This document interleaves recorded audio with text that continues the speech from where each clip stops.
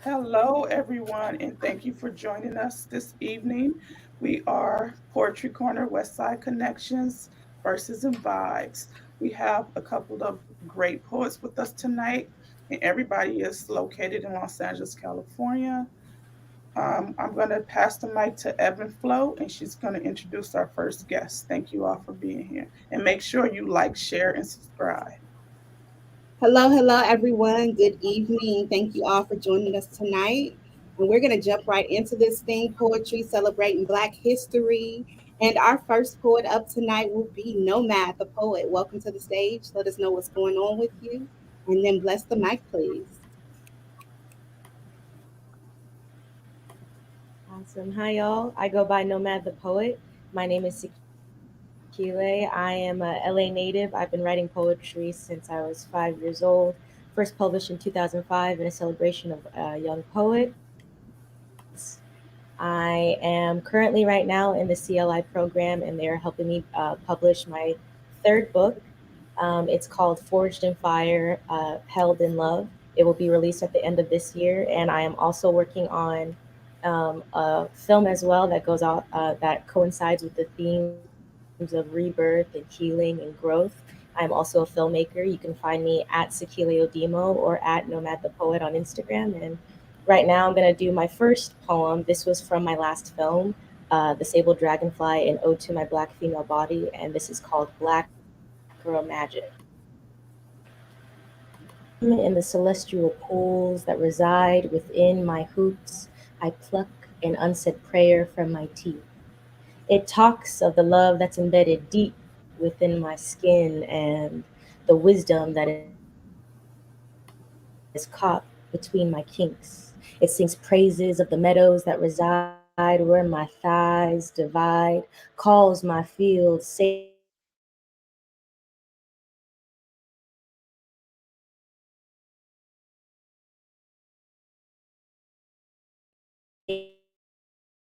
ground where both diaspora that my people have bled.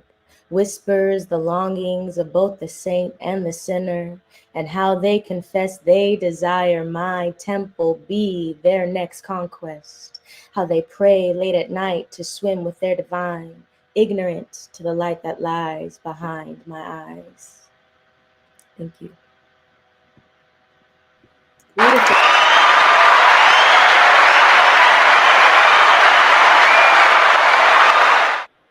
Thank you so much for that piece. We really enjoyed it. So we're going to pass the mic to you, Mr. AJ. Welcome to the stage.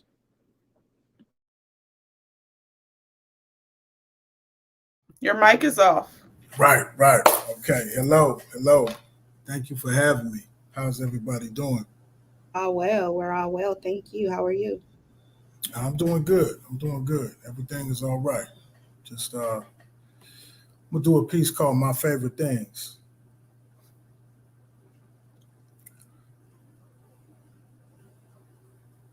Coltrane's complete history of blow on my pod. My favorite thing, Instagram and clubhousing with another room graced by God. Delve 12 deep into the iconoclast of brass and ivory and drips of savory saliva, sap from ebony and mahogany harmony. A part of me recalls the breakdance challenge in the empty park pool. I had the Suzuki gray and blue, finger rolling and jump hooking, buckets on the shirts crushing the skins crew. In Centinela, Rat Lift for Blackshaw said, yo, AJ, they want a battle. Bells ringing like Burger King cattle. I dropped the leather and put the pop lock routine set to 6 minutes together. And if it comes down to my Egyptian lover strobe light tick, or Eddie Brown with the windmill where he puts his hands on his dick, we got him. Our enemy did this cold move, and that was a move we never saw. But Larry Lock Wicked put the cigarette in his mouth, then flicked it back out. That amped us. We all brought our signatures raw. We shut that part down. And nary crew ever stepped in without the knowledge, knowing they'd get clowned. That was one of my favorite things. Eliminate punks, cut them up in chunks. LL was bad. Fab Five, Dr. Dre, and Ed Lover. Gary was the videographer for Pump It Up with D Barnes before he became F. Gary Gray. And our breakdance crew would say, hey, my nigga director set it off on Friday right there. For all the LA folks. In 1984, Jesse still strengthening our hopes. While the Olympics were up in the hood, the USA had the Earth on Monster kill. Jackie Joyner, the Air Jordan, the Ed Moses, the Holyfield. And if I wanted to fuck the police, it was NWA. But if I wanted to protect my peeps, I exclaimed it up with Funkin' Brother J, Big Daddy Kane to Kwame, Biz Marquis, the Young MC, the Mo D. We had a healthy balance in like a two-parent household. Hip-hop held both sides and promptly raised us well. That was one of my favorite things. Alphabet Kids in the lockers, up in the jungle at 4040 Coco, Penguin, Shabba-Doo and Slim showing up at the Soul Train Get Down with Glow Baby, my mama Keita, Choice Set, rocking steady and readily throwing down. The pool was always dirty with the falling palm tree leaves inside all the time, but with the lights underneath, it was cool enough to swim. The ice cream man sold more than your typical ice cream, you did? And that jingle, you better try Fatback or KC and the Sunshine Band. Did I mention that the ice cream man would be on 4040 Coco 2 a.m? Shit. Chili cheese Fritos, melted cheese, and a scoop of chili in a variety bag, and the tiny little breakable plastic fork. Eating everything in the book that was man-made, but first start off by asking, is that pepperoni considered pork? That was one of my favorite things. Celebrating my birthdays at all the fast food joints. I knew mama was a pimp because she was shutting McDonald's down in LA for AJ the Bebe or at Shakey's Pizza, where it would be my party, but nothing but adults in the way. Hey, where the kids at, mama? And she would say in front of the preposition at to correct my grammar. See, she wanted me to speak perfectly, so if life led me downhill, I'd be the most eloquent nigga in the slammer. You see, that was one of my favorite things. Having movies and books, one-man stage plays, diatribes, soaking up sacred space vibes, and one-night excursion and going on a I got a story to tell audio clip sermon. Every breath drawn is the most bomb production. And all of y'all got a low-key, healthy type love for. And multiple medias is my international introduction, and that's just a few of my favorite things. One of my favorite things. Mama. You don't know how deep the parent gig is until you accept yours. The skill of her making a deal and only showing me the prize-winning doors was more brilliant of an art than Sun Tzu's entries on war. She did fight. She does fight. She was a general in both in high and divine sight, and having hit a heavy, brave-hearted hip-hop revolutionary as your chief of staff that's just as quick to kick your ass, but with a queen's prestige and an aura of class. You can never be fulfilled in love or life if there was anything more a child could ask. And for that, my mama is one of my favorite things. And the task to keep your life in order and navigate quadruple versions of you, yet smaller and shorter. To be as well placed and as cool as I, homeschool 4 jewels, plus bust this lyrical beauty on the fly is a gift I will forever glorify. So much love and promise in those little packages. I protect them, cherish and study, kiss and hug, never forget to listen. I pray now more than ever before, and I give them what my mama gave me, but then bless them with the very vision a strong man should be. I don't worry. Just stay still and know this here time is the most meaningful and impactful for the rest of their ever-loving mind. And those little mixed behinds are 4 of my most favorite things. And there's so much more to have as we've only just begun, right? Righteous, righteous.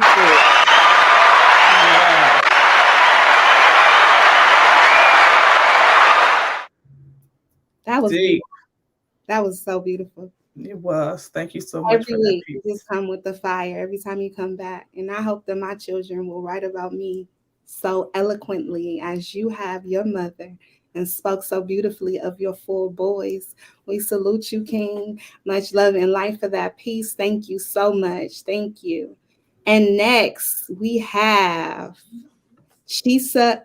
I don't want to mess it up. Give it to me one more time, Queen, and I promise you I'm going to nail it for the rest of the night. But welcome to the mic. Welcome to the mic. Thank you. Hi, everyone. I'm Chisaroku, and you can find me at Live Joy Well or at Nigel on Instagram. I am a poet, an actor, a healthcare futurist, which basically means I envision a healthcare system that works for everybody, especially those who look like us. I am an MD, but I don't practice anymore because I want to create art. So I'm going to read some poems. Oh, and I do have a book. Oh my God, that I was about to say, don't pass that up. The book is right here. Andrea, thank you.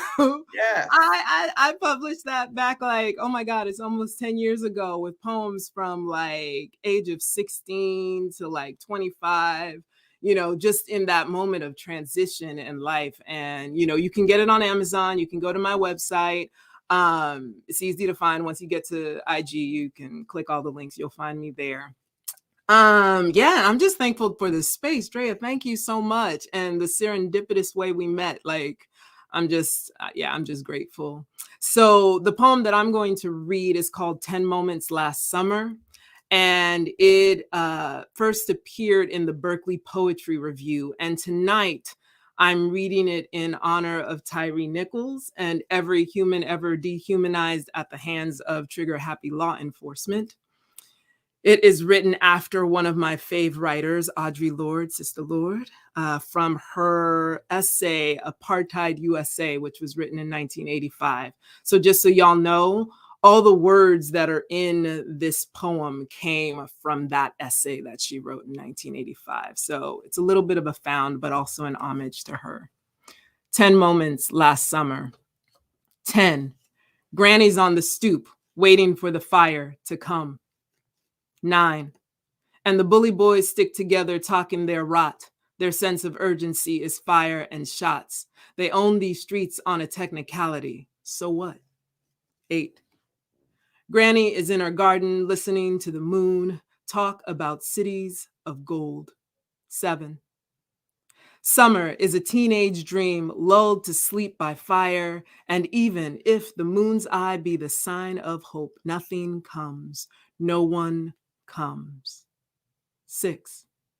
State of emergency, euphemism for Black boys listening to music, Black girls reading a book, and the whole world drinking a can of Coca-Cola. 5. Fellas with gleaming white teeth look at us square and give us a remedy wet with blood. This is privilege. 4. Humanity can go destroy itself now. 3. The Brotherhood of Fire listens to music while considering the destruction of Africanness. Fire is another kind of privilege. 2. Granny knows the hope of Black boys and girls is one more summer moon on the stoop making cities of gold in their minds, yet now only the dead line her dreams. 1.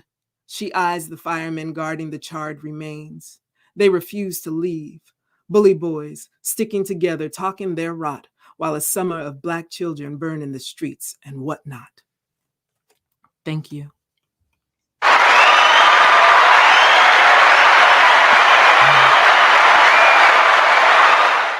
Thank you for that beautiful piece. Thank you so much. So I'm going to pass the mic to you, Miss Drea. Okay. So I met her at the Sims Library of Poetry. She came in with this big, beautiful smile, wonderful spirit, and she was so welcoming to everyone. We took a few photos. I bought her book and everything, and I've been reading it, and it's so enlightful. I really appreciate your words, and I wanted to wait to after this moment to really showcase, your book on my page and everything, because I wanted people to see you, right, and say your poems, and so they could just feel you. you Thank know, I you. really Oh, the appreciate love. your book and thank you so much for joining us today. Next up to bless our mic is Nomad the Poet, who's also a beautiful poet. She is in Alex Petunia's class. I went to Alex Petunia's show and she was one of the features and she just did an amazing job. I just loved her performance and I just ran after her. I was like, "You're not leaving, right? You got to come on my show." And so she agreed and she's here. So bless our mic. Thank you so much. I'm actually going to be reading one of the poems that I read that night. Okay. Just a little heads up, this poem does talk about, it's a beautiful poem. It's one of my favorite new poems that I've written. It's a healing poem talking about my journey of healing and finding love after experiencing sexual violence and assault. So just a content warning. This is track 5, To Pimp a Butterfly. If these walls could talk, if these walls could talk, if these walls could talk.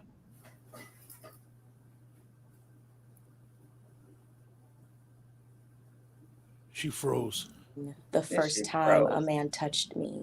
Symbols, sounds. Can you hear me? I was an age where numbers were symbols, sounds unknown to my mind, gigantic. Hands chapped from the trauma his father afflicted with no salve, but an ABV percentage of 40 or higher to comfort his night terrors. Gigantic. Hands who communed in the same way with my mother to create the seed from which I sprouted, chose to steal my innocence as a sacrifice for his suffering. Wasting into the generational traumas our ancestors prayed for him to heal instead.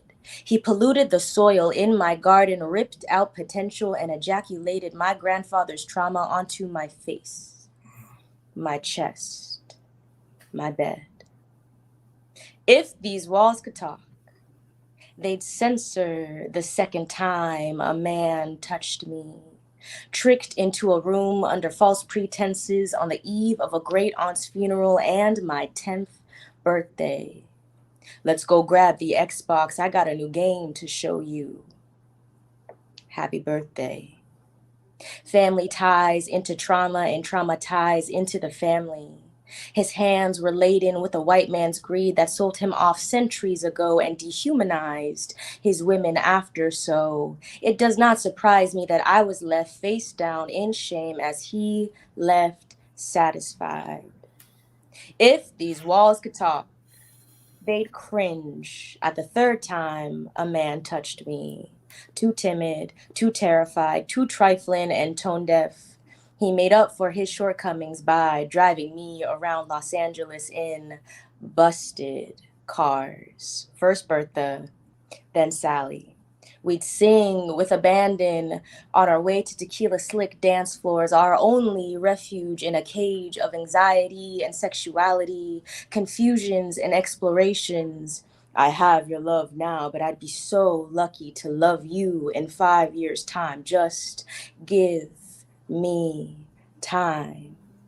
He couldn't lose the love that he was getting, nor could he give me the love that I was receiving or that he was receiving. So he toyed with my emotions in a 525,600 minute times 3 cat and mouse chase. If these walls could talk, they'd smile at the first time a woman touched me. Made out as an enemy of state by the men that came before her, my hands dug out the muck and the mire of my soul to find the honeysuckle dandelions of serenity within her. Me. Her fingers danced along my skin, connecting scar lines to paint an abstract masterpiece.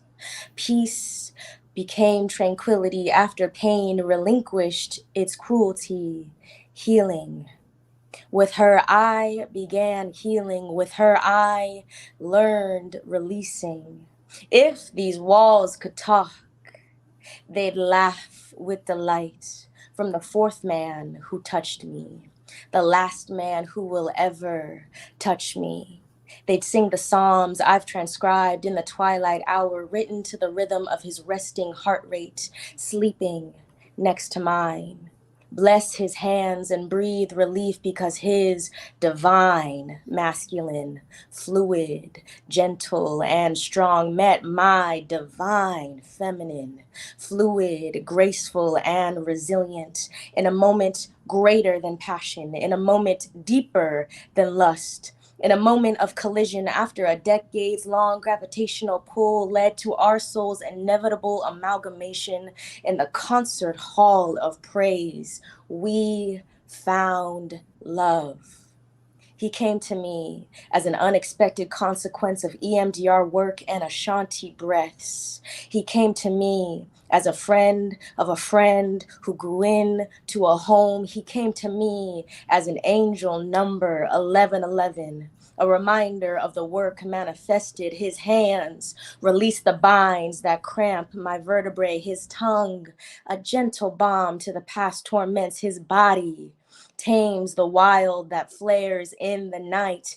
If these walls could talk, they tell the world that healing is possible, that the kindling of a broken past can breathe life to the warmest fire and everlasting flame, that that flame can become a hearth, and that hearth can bring you purpose. They'd encourage the hurting, the meek, the lost, the broken. Tell them my story, for I am a prophet for healing. If these walls could talk. Thank you.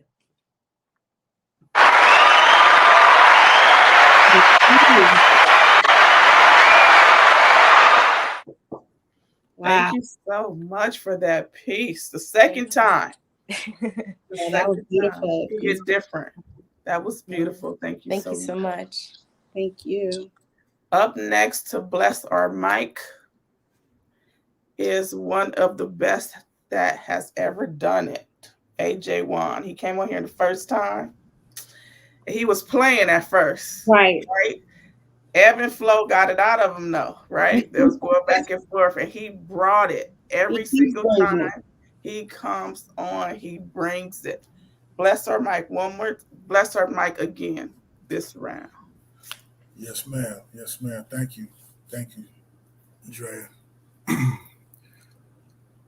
That piece was heavy, Nomad. I wanted to take a little bit more of a breather to just let it hang a little bit for us to be able to really absorb how heavy it is to be able to articulate trauma when it sits in you all the time.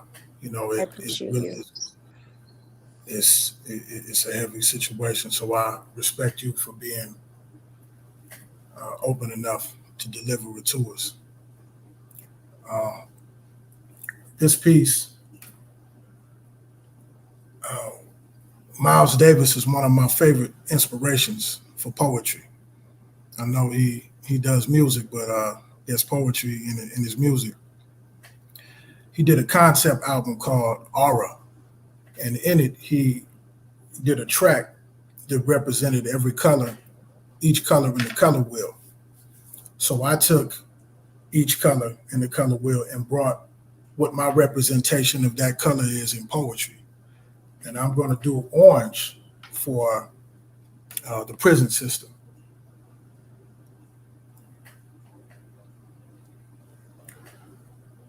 One of the biggest contradictions is the invention of extended detention for violation of the penal system. You hear mention of war rules called the Geneva Conventions. Images taken from the humiliation grave of Abu Ghraib with no remorse reflects our corporal accommodation, which is Hubert Humphrey bogeyed. That's over par for the course. As far as the Bay of Guantanamo, there's an equivalent hallway in every state pen inmates wallow. The law is a wall that's rebuilt brick by brick, basted with spackle that won't stick. A fingerprint is a detriment and felony's a shackle you don't kick. Inhumane treatment of humans treated as animals is some shit that should make Peter sick. B.B. King is singing The Wheel is Gone because inadvertently you're unwillingly forced to strip and dip like a B.B. Queen. Some say it's the price you pay when you disobey running after that electric red, blue, or green. And for those who don't dig the scene, They believe all convicts should be road committed until your ass get admitted. As experience derogatory, degradative, a mental fist fucking unlimited. Embarrassed to cop a squat in the first 48. You ain't shitted. It's really real, son. When it's a loved one sent spending a dime to a quarter, bid it. Serial number represents and replaces a name that erases the life you once visited. Now you mass-produced, warehoused, and introduced to emasculated manhood, gray goose with both cannons unloosed. Freedom's revoked, communication is broke, outside world extracted from the chicken bones that's choked. Ambidextrous lynching is fatal, a carbon copy to hope that is ripped from the being, as certain as emotions go uncontrolled, and what leads must bleed, violence we will be seeing, and it won't ever be curbed. Whether justice is an unjust injustice that the meek is served. Prison is a militaristic system training civilians to ineffectively deal in cynicism and recidivism. Translation: soon come livestock operations incorporated into expert criminalization. That means we Americans are too blind to find the crime included in the word and the act of discrimination. Survival of the unfit breeds culprits of circumstantial situations. Corruption erupts so tough and organized Wall Street banging. Local precincts and administrations in the hat pick a name. Who set you claiming? I took a plea to relieve a felony into a misdemeanor, which renders a rap no cleaner, because you forever have on record the print of my finger. And in the back of the medulla, it's crystal clear how the ruler gets longer and thicker and meaner. It's murderous to master the art of isolation and explicitly prohibit rehabilitation, that pen legislation to make states pay to Walmart incarceration. Sides don't play fair either way, suspect or victim. And you can flip a coin on the day. You may be tagged as both many times before you lay. Orange is said to be the jumpsuit color, bright enough to catch you running away. HBO, CNBC, National Geo glorify the life to the youngins running scared, straight, and in disarray. And we got the pants at half mast giving easy access to the crack of that ass. And some think this is fashionably masculine today. And hip hop hoorays for the homies on lockdown. It's better to squad up and shake shit to keep trials legitimate, just to prevent Judge Joe Brown from dropping that hard rock down. If Sean Carter runs for Senate and Sean Combs files for office and campaigns to win it, and Lil Wayne flip-flopped his lollipop, swagged his swag to drag new spit in it, y'all know there would still be molestation, homicides, robberies, rapes, money laundered, beating, cheating, stealing, lying, perversion, obstruction, defacing of property, slander of character. Everybody's hurting. Until the shift of power represents the fate and face of the people. This will unfortunately be the norm. In reality, regarding the prison system, we should abort all reform because physics teaches us 360 is full circle, but 180 is reborn. What is orange to you? Yeah.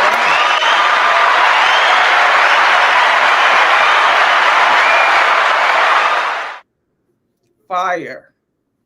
Yeah, that was real really deep. deep. I guess orange is the new black, right? Yes. When you tap in. That code? Yes. Trip, man. Mm-hmm. That's something else. Yeah. Great metaphors. It's the new black. That was real dope indeed.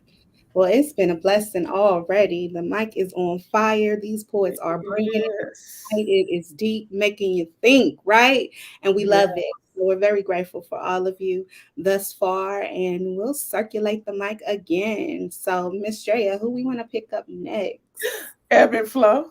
Oh, ebb and flow. Here we go. Okay. Here we go. We need the host to, we need Okay. the host to start going. What'd you say? We need the hosts to start going, please. Oh, Thank you. here you go, calling us up to the mic once again, Mr. AJ. But you know, I will take your invite. Thank you so much. So this is a short story. It's called Crooked Smiles. This upper gap came from my father. You know, the one in between My front teeth. It's just about the only thing he's given me that lasts longer. Excuse me. It's just about the only thing he's given me that lasts longer than the memories slowly dissipating. Slipping into darkness, here I sit in light underneath the dentoscope, nestled in the chair. The lower one, two teeth to the right, came from my mother. I learned that gaps were hereditary almost 20 years after braces, 1 month of retainers, and a lifetime of shifting back and forth, to and fro, just like my teeth. Up until that day, I would never see my parents the same. My eyes now seem worthy specimens to study under microscope every chance I get from now on. At first glance, my discovery proved positive. Mommy had one on the bottom, Daddy's was the prominent one in between, leaving me pondering. I needed to really know them in order to truly know me, all of them that they could offer. I needed to know me. I studied to show thy self approval. The dentist walks in and tells me more about myself in 5 minutes than I've known my entire life. Literally blew my mind. So which one of your parents have the gap? Neither. Impossible. You got this gap from somewhere. One of them has to have one. I'm pondering hard. No, I can't see either of them with one at the moment. The dentist laughs. Look a little harder, she says. Me and deep thought self says and dig a little deeper. My quest began with the physical eye, a very minute understanding, a small comprehension, and a sigh. I had set out on a journey of the unknown in hopes of discovering self and how the gaps in between had come to be. To know thyself, that is the question. A blessing when the dentist proved right. Both had gaps, in fact, one of which kind of complemented the other. I wonder if they noticed. I'm sure my mother had. She had gotten me braces just as soon as the insurance allowed, said we'd have to hurry in case it ran out. My mother was never one to sit around and wait. She was more like a seize the moment kind of woman. Me, a procrastinator in my birthright. I'm guessing that's hereditary too. Because I'm still waiting on my dad to come back. Not home, because where is that? But back to me, back before the gaps discovered us lost at the crossroads. That braces could not connect. It was his wife's insurance that proved to finally give back. I mean, after all, my dad had been raising her children, in fact.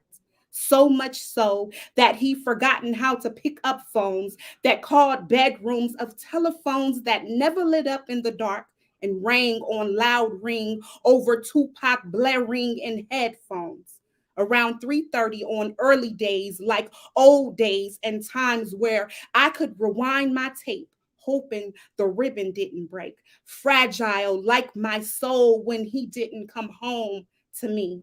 But one thing remains, this gap is here to stay, and the return is history. I wire braces for days and nights and cry tears and pain till braces was my name. And silver dusted smiles was my game. My orthodontist Cappy Baker says straight white teeth will be my game. Who knew what I had to give up? You see, I'm no stranger to new things and old things and dissipating daddies, a sin that after 5 years of chain and links and wax, that my retainers are thrown away accidentally in less than a month, leaving gaps to return where they once were, but now permanently. And me smiling and watered smear mirrors, well, as before, I hated the gap staring back. Cried while I sucked hot tea and humming and honey with fresh lemon juice through a little warmth to soothe my soul. Sipped through this generational hole and inherently missing daddies, praying for no more gaps are in between.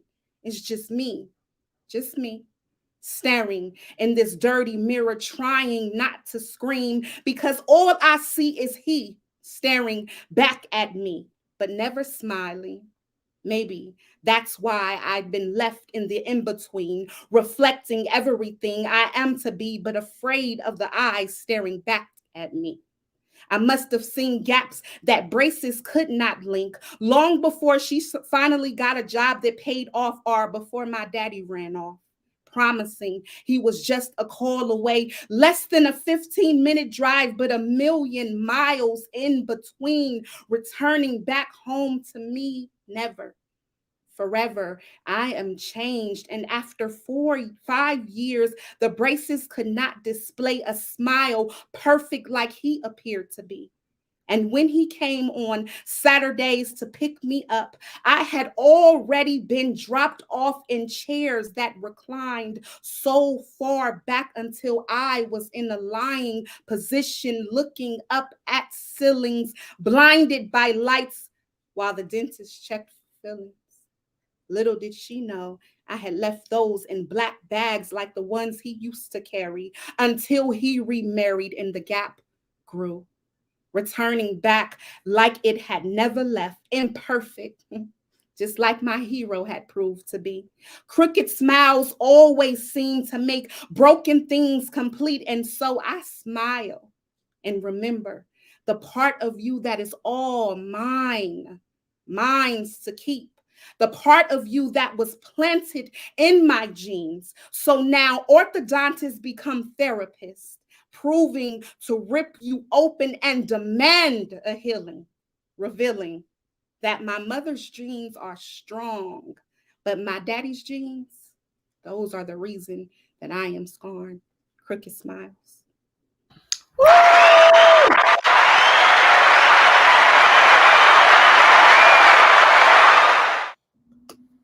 Yes, honey. Amazing. That was beautiful, Ebony. Thank you so much. I appreciate that. You're welcome. So I guess the mic's on me, right? Yes, but let me formally introduce my sister friend, the best, friends to the end, with love and light. And she is the recruiter. She brings all of these dope poets to the mic tonight and every night, right? So I want to give it up to my beautiful queen, Miss Andrea Lee. Welcome to the mic. Thank you so much for that introduction. So I never read this poem before. It doesn't have a title. I experienced a lot of different things when I was working in different group homes with young women. So I share a lot of stories about their situations and what they went through. So this one is, I'm going to start. She awakened in pain, dry blood on her upper lip.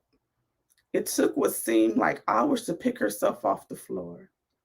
She began to crawl towards the bathroom, grabbed the door handle for support, stood up, walked to the mirror, and didn't recognize herself. Her face was black and blue, covered in dry blood. Head pounding, migraines.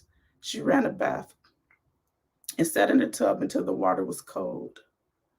Ashamed to ask for help, tears fell from her face. That's when she remembered she was raped. Flashbacks of how it started.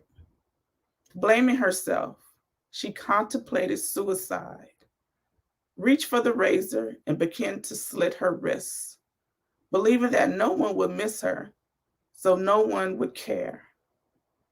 Random thoughts went through her mind. No one would believe me. He did this to me. I didn't matter. I don't matter. I wanted it. I deserved it. I shouldn't have been at his home at 3 a.m. I knew that would happen. He raped me and took me home. I have to be careful. It's my fault. It's on me. And that's my piece. Wow. Wow.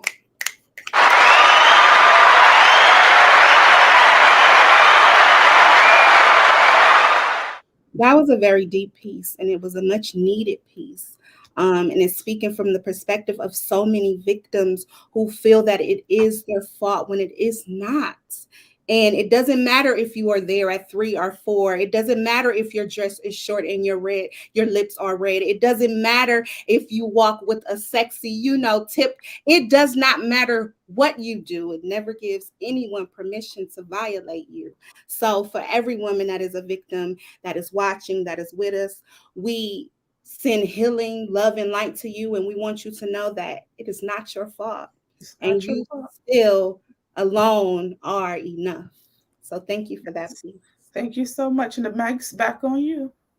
All right. Well, thanks for passing the mic back to me after that beautifully deep piece. I really loved it.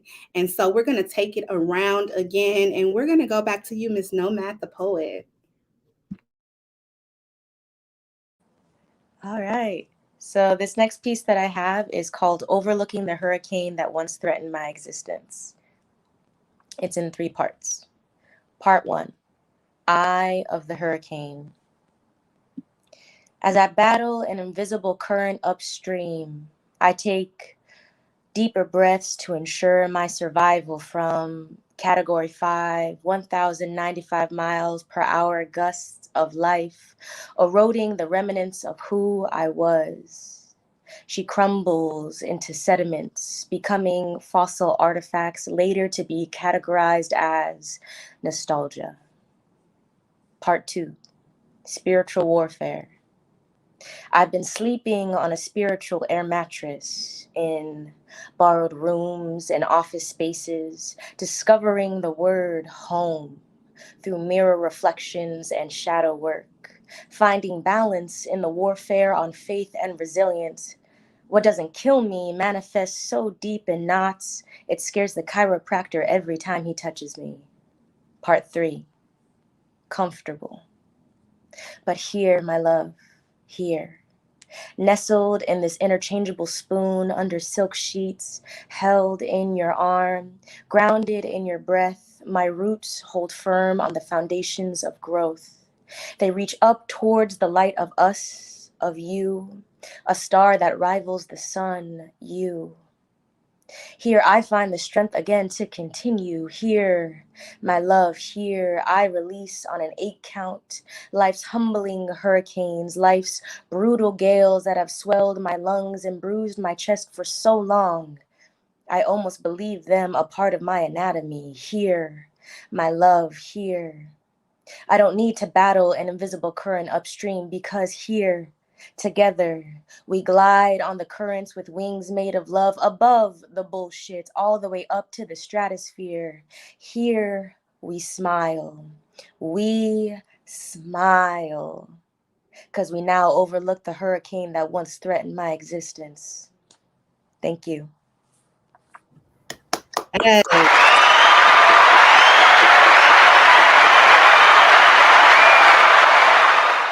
Yes, we smile. We do. Yeah, some dope poets in here tonight. Yes, yes. Okay, so we're going to take it Chisaruko. Did I say it right? Look at him. Okay. There we go. Look at it. Okay. All right. I wanted to say just real quick that on Saturday, the my Joy Well is hosting a creative writing workshop on the body as sanctuary. And we're going to be using some of the texts of Lucille Clifton, Bell Hooks, Audre Lorde to be generating some writing, poems, songs, whatever you have. So link is in my bio at Live Joy Well. And now I'm going to read a poem after Lucille Clifton called We Are Here Between. On the last day of the last century, a flock of geese was found dead along the banks of a near-frozen lake. Their damp-feathered corpses lay next to each other in the shape of an opaque white circle blending into the fallen snow. It was unknown what had led them to the lake, their cause of death, if they saw what was coming, what hand had placed them in such delicate order. The locals marveled at the photo of the deceased in the morning paper, debated if the gone geese were a sign of the coming season. For weeks, they sheltered their pets and children, kept rifles next to their bedposts, locked their doors until the first melt erased their memory of the fallen geese. By then, the geese had been removed and the pond tested for disease. None was found. They carried on again with the cooking and cleaning, commuting and conversing about geese and guns and rights to life. Meanwhile, in another town, in a classroom where a teacher has been teaching her students about the migration patterns of geese, law enforcement discovers their lifeless, bloodied bodies holding hands with each other as if in prayer. Thank you. Thank you.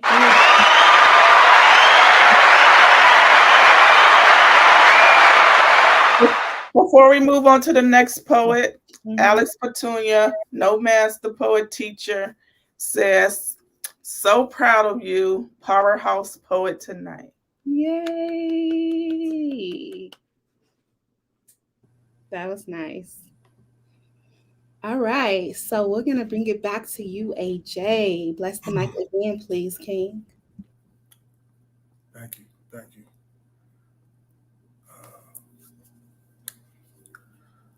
This piece, this piece is called "What Kind of Dream Is This?" Now, it was once said by an old OG, we need to cash a check on the Capitol in D.C. $250,000 for jobs and freedom to be. The debt is delinquent, relinquished by a dream for Emmett Till in Money, Mississippi as a young black teen. 28th day in the summer month of August carries historical theme. The very word august, descriptive of respect and lofty esteem. Emmett was in money. Martin was marching to Washington talking to money and security and stability and equality and humility. Emmett was chastised, terrorized, brutalized, martyrized by racists so demonized in a Confederate South where hate crimes were legalized.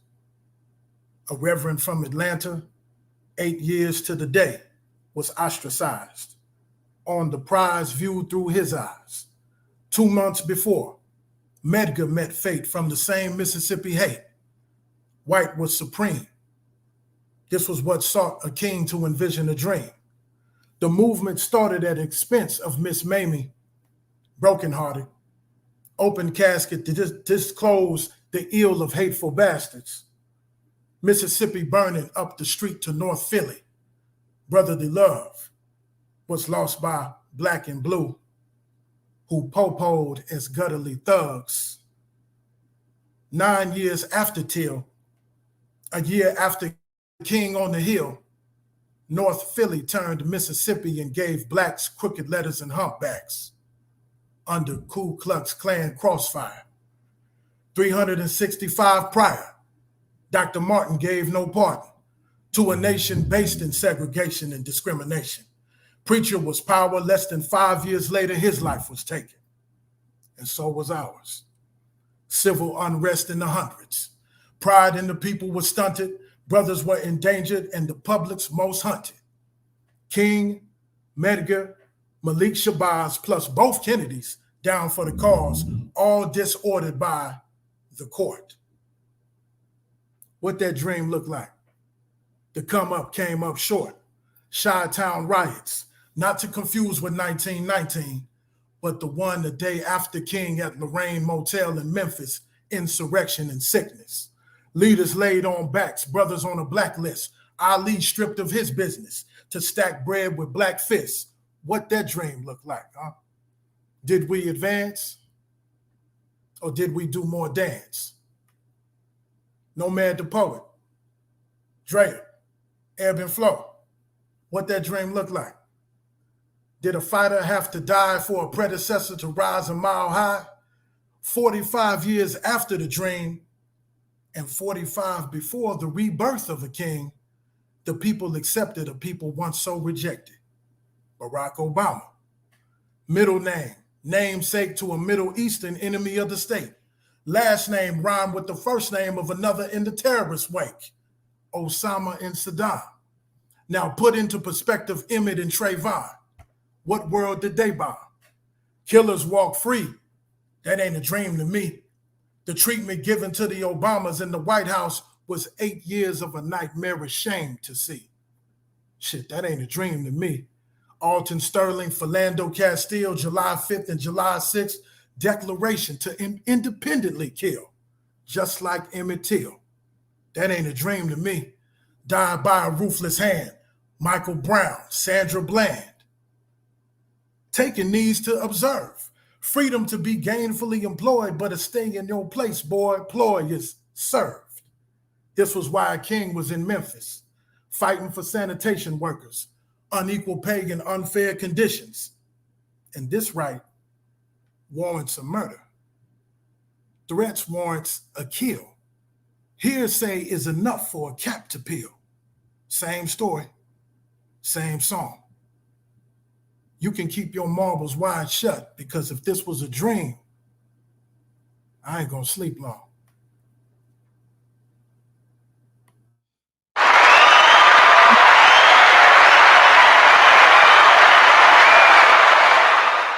I'm through with the facts and education. I'm speechless. You went everywhere. You took us there and back again. Dope. That was dope. Thank you so much for the knowledge. Thank you so much for just, speaking about things that need to be spoke about, that are still happening to this day. We still fighting. We still dreaming, you know what I mean? But we can't sleep, so how can we dream? So that was beautiful. I'll pass the mic back to you, Miss Drea. Okay, the mic's back on me. We're going to do another round, but I know y'all want to hear another piece from Ebb and Flow, huh? Here you go. Ebb and Flow. There you go. Since we were talking about, the injustices that we have faced as a people in This is Black History, I want to speak about what we're facing today in LA. All of us know about the gangs, and I'm sure all of us at least have one family member or have been affected by some type of gang violence. So this piece here, I don't write my poetry writes me, right? So this poem, it just came into my being, into my soul when I found out about PMV Rock being murdered at Roscoe's and Chicken and Waffles. And this poem is called Unconditioned Stimulus. It's a little graphic.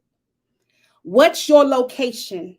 I promise I'll pull up to kill you, grab your chain and pop you, fuck off my entire life too. Where you at? I'm coming with the gat and a backpack full of pain. Shit, life been beating a brother down, man. What set you from? I claim gang bang on people who look the same as me, displaced and just trying to make it out of poverty. Mama crying and trying to collect money from a life policy. Now it's my day to meet the maker. Make sure that you don't forget to tell them where I'm from. They call me Mr. Baby Loke. I'm a Crip. And I ripped off my community. So dope to every Black person I could see.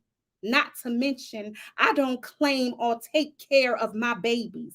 But I'm crippin', so don't forget to pray for me. I push bloodline, so you gon' feel me. Sue will bang clearly, but you can't see. We all bleed blue till somebody kills me too. I'm an OG. I taught the youngsters the rules to a game that I no longer play. Innocent bystanders get hit too. So what? They shouldn't have been in the way. Today was a bad day. I lost my burner on the way to commit another tragedy. Hood meeting called, now I'm politicking. Brothers keep missing the target and bullets don't have no name. Just lost my son to the game, but it's still gang bang on mine. I decline your truce for peace. I ain't trying to see no red and blue make solidarity. Shit, I'm trying to lay down everything moving because I'm grooving this Hoover on mine.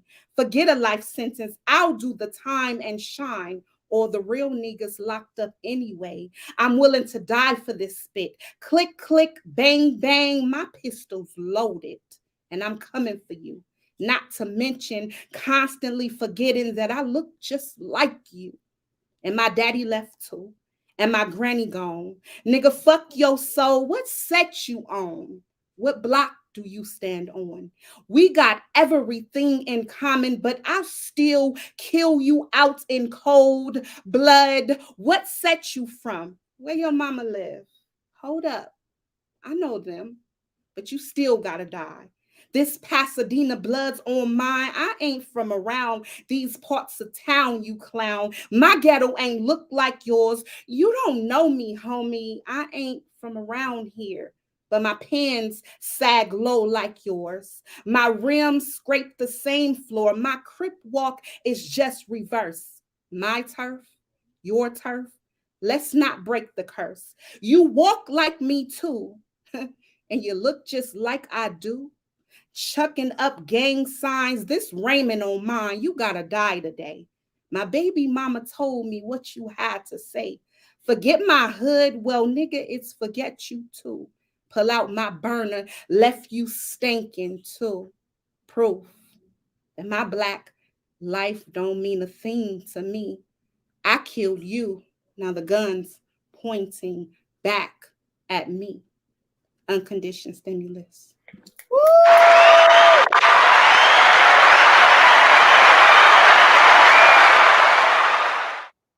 Drop the mic. I gotta pass the mic back to Nomad the poet. Thank you. You both inspired me, so I'm gonna read one of the piece that kind of started me on my multimedia artist journey. I make visual chapbooks and post them online.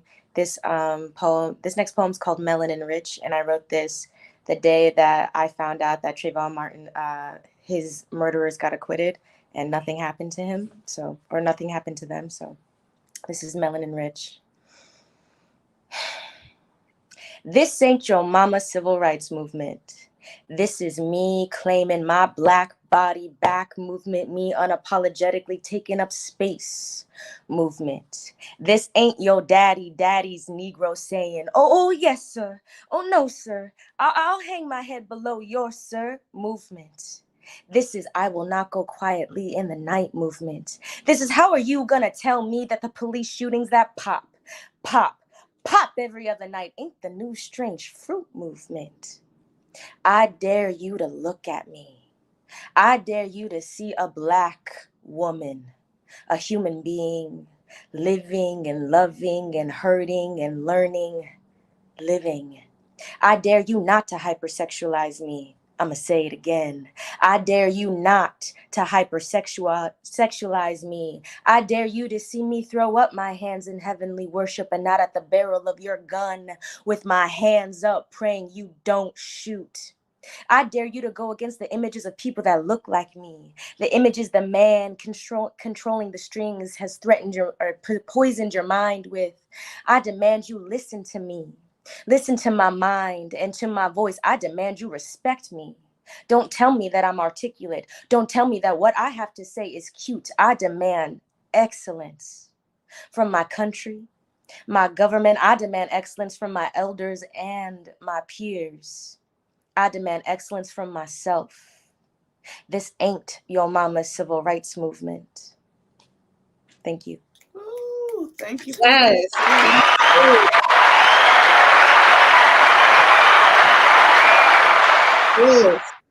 I want to share another piece. I never read this one either. It's called By Design. Easily disposed of, no value, used, abused, tossed to the side. Playing dress up, 6-inch heels, short dresses, revealing all of you. All to do it over again the next day and the next and the next and the next. How do you sell a human life and sleep well at night? Her entire life she was told you're beautiful. Any man will be happy to have you. She was molded into be a servant, to rely on looks and use her body as a shared cost. Early in her life, her mother and aunts taught her to plan to be a bride before she even could drive. Living in a fantasy world, worshiping materialistic things, she was taught to be polite. Always hold your head up high with grace. Make him notice you. Be the baddest in the room. What a mistake. Her life shouldn't be easily disposed of, manipulated into thinking that you could put a price tag on her. Her mother died in an abandoned apartment building on the east side. Her aunt was hung in a crack house. Her family structure crumbled. She never really knew her father, but was shipped off to him because he was the next of kin. The system felt it was best to be reconnected with family. She had to pick up her life and move to an unfamiliar city. She took a 2-hour plane ride with a stranger who told her everything's going to be all right. This is what's best for you. The stranger introduced her to her estranged father and brothers. The first time she was raped, she was 12 by her older brother. She told her father after she was raped again by her other brother. Her dad smiled and said, "Now you're ready." She felt she had no choice. She put on the attire that was given to her by her mother, 6-inch stiletto heels, a short spandex dress, face full of makeup, and headed out to work the streets. This went on for what seemed like forever. No one asked her name, her age. One day she got tired and refused to work. They found her body burned in the middle of a parking lot late at night. Selling her a dream of what a beautiful life could be cost her her life. That's what the system would do to you. And that's my piece. Wow.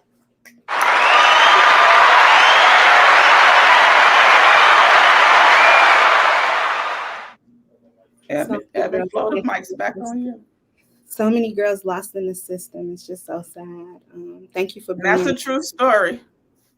Yeah, we can tell. We can definitely tell. Well, tonight has been remarkable. All the poems have just saturated my soul. I will not be able to sleep tonight, right? I'm just going to have all these poems in my mind just sitting on my soul, but in a good way. I'm so grateful to have been here with you guys tonight, sharing space and sharing poems. It's been lovely, right? And do we have another round? I think we have a time. Yeah, we have another round. Okay, so we'll do one more round of poetry. Sadly, right? We don't want to leave.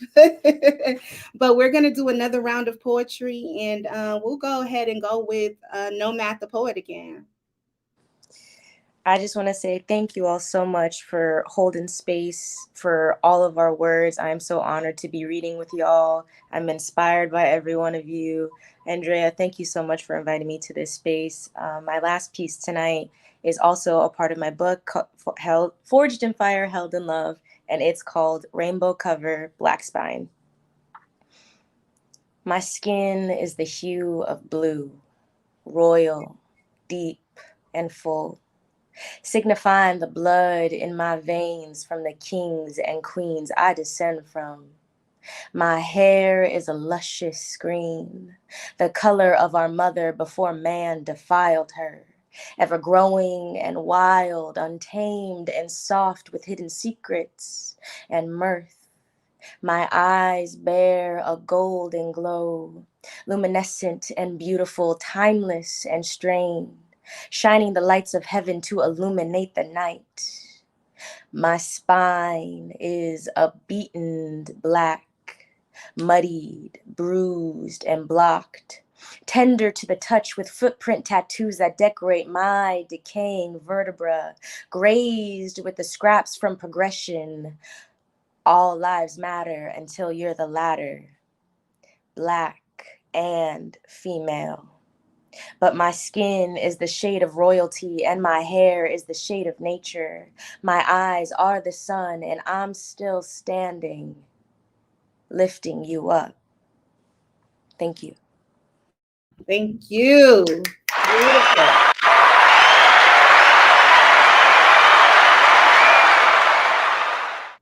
That poem was the definition of a Black woman. After all we've been through, we still standing and lifting you up, right? Beautiful, beautiful, beautiful. Thank you so much for that piece. All right. So we're going to take it back to AJ. Come on through, AJ, and bless us again, please.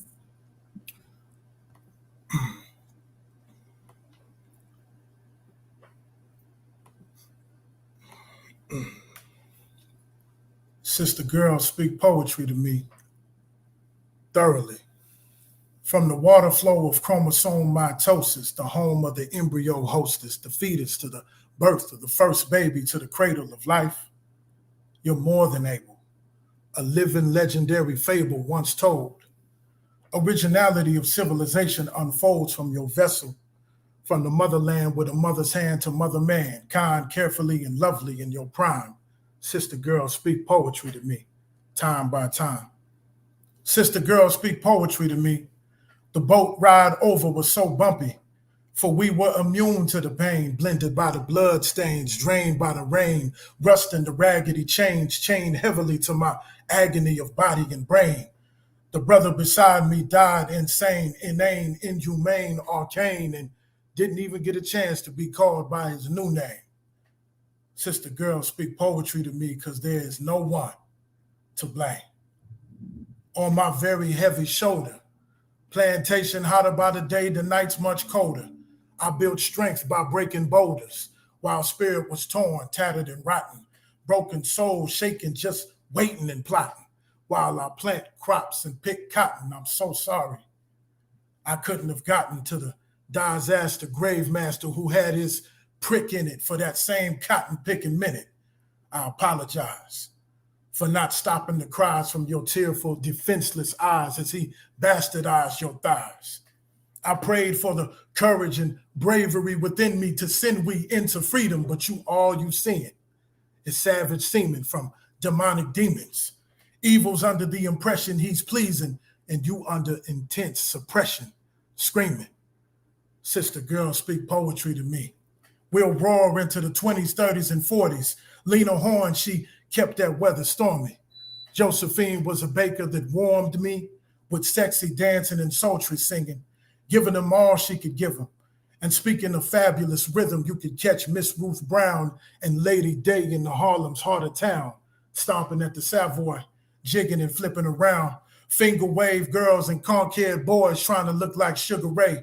The Cotton Club might have had any given day the Count, the Duke, or Cab Calloway. Blue Note Jazz, Sarah Elliott, Carmen McRae, Village Vanguard heard a coal train dizzily blowing from miles away, and the rest would follow, and we'd all go crazy. Roll the A train to the Apollo to check out Mom's Mabley. Sister girl, speak poetry to me, baby. Sister girl, speak poetry to me, because they got me stuck on the back of the bus. Other than you, these lifetime scars and brutality bruises are all that shines. Standing in colored only lines, water holes when I march for mine. Gotta serve times and pay fines, vegetate as strange fruit while the states pardon the crimes. We could perform on your stage, but be banned from drinking the wine. And it's a trip just to get dumped like dirt, do all the groundwork, get tricked and hurt, and still be piss poor and flat broke. And another joke is when we assess questions of complexions on our kinfolk. If people have to follow and are searching for a new leader, guess who that'll be, baby? Sister girl, speak poetry to me. Even though you may not want to or even understand, now they've put these psychological shackles and cuffs on your man. Gave me a gap, forced me to fight with a hard hat and a soft numb behind. Ass been whiplashed along with a once strong mind. So sweetheart, continue to raise our children.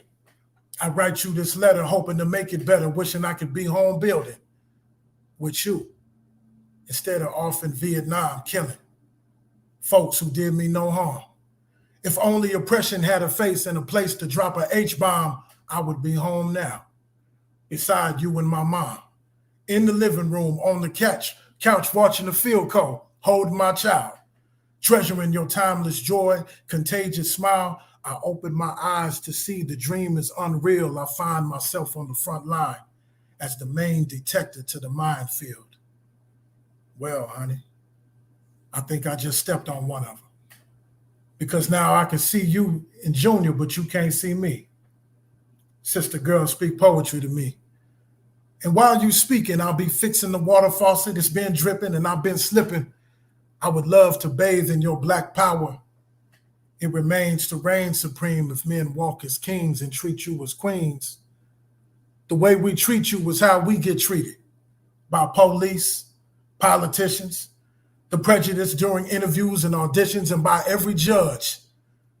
Why must we hold a grudge against the mothers of our land, calling them other than their given name? And men the bitches and hoes for raising their hands to hit, punch, smack, slap, or throw a blow. Stop carrying on, lying on, cheating on, and beating on our sisters like the disaster grave master at the top of the poem. No other bodies are to blame. Brothers, we must trust in us and own rather than play the game. To love, protect, and provide for the channel in which we came. Sister girls, speak poetry to me, as I too will do the same. Forever, even a little bit longer, I must stay more than just a little bit stronger to take care of self, you, the future seeds, proceed to lead, provide the feed, aim to succeed and never fail, fall low, feel low, or live below any man or what disaster grave master's plan, because I got my own. Sister girls, speak poetry, believe in me, and never leave me alone.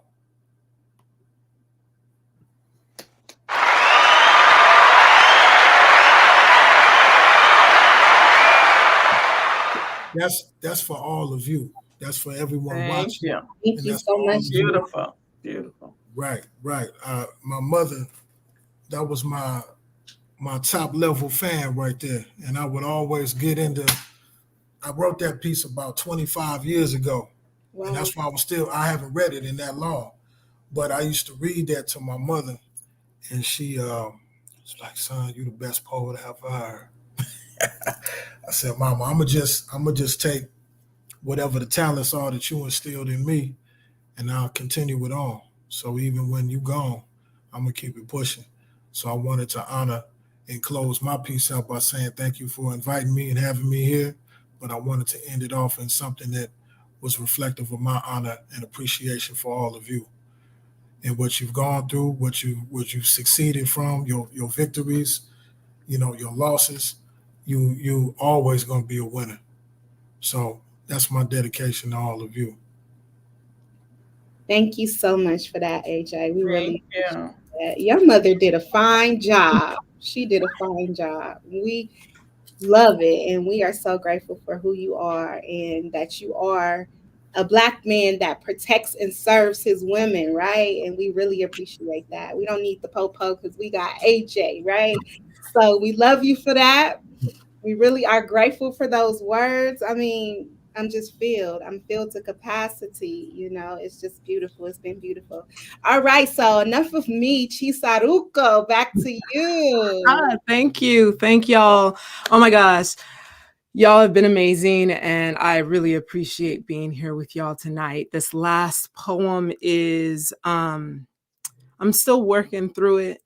I see the vision for it. I want to leave it here so that we have something to go home with. I think that's powerful. Why Colored Girls Tell Stories, after Liesl Mueller. And Liesl Mueller wrote a poem that was published like decades ago called Why We Tell Stories. And I was just like, okay, well, why do we tell stories? So that's what this is about. Why Colored Girls Tell Stories. We tell stories because we have to wake up to alarm clocks before we want to.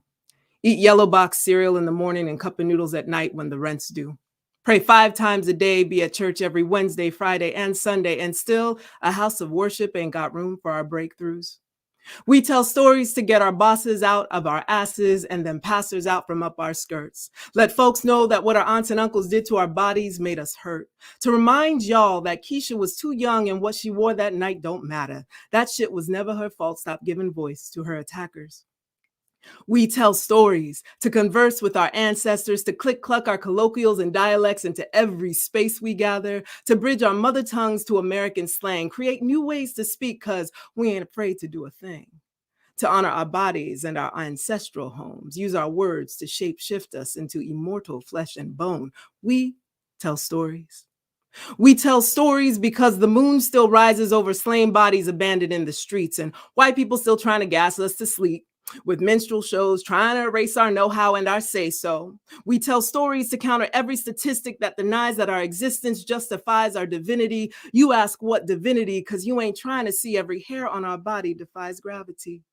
We tell stories because broadcast news is more interested in our mugshots and the gunshots killing our babies in schools. And the miseducation of our children is their tool to accelerate our extinction, burying us in red tape, teachers labeling us mistakes, calling us out our names to keep their place in an imagined hero's journey. Plot twist, this is our story, and we too belong in this life.